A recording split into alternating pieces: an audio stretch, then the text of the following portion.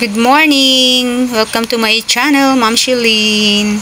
So ngayon guys, pauwi na ako niyan. Galing Tagbilaran City. So dito ako usually dumadaan sa Taluto. Sa Taluto, bye-bye. So ang labas nito guys ay sa Mangga Tagbilaran City.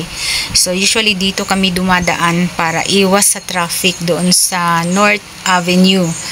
Yan, kasi uwian. Bandang ano na yan, 4:30 na yan ng hapon.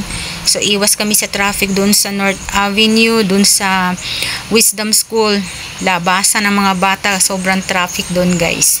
So, napakasarap magbiyahe dito kasi nasa tabing dagat kami. Kaya nga, bye-bye guys. Yung gilid niyan, yan, dagat yan guys. Kaya sobrang hangin. Napakasarap ng hangin.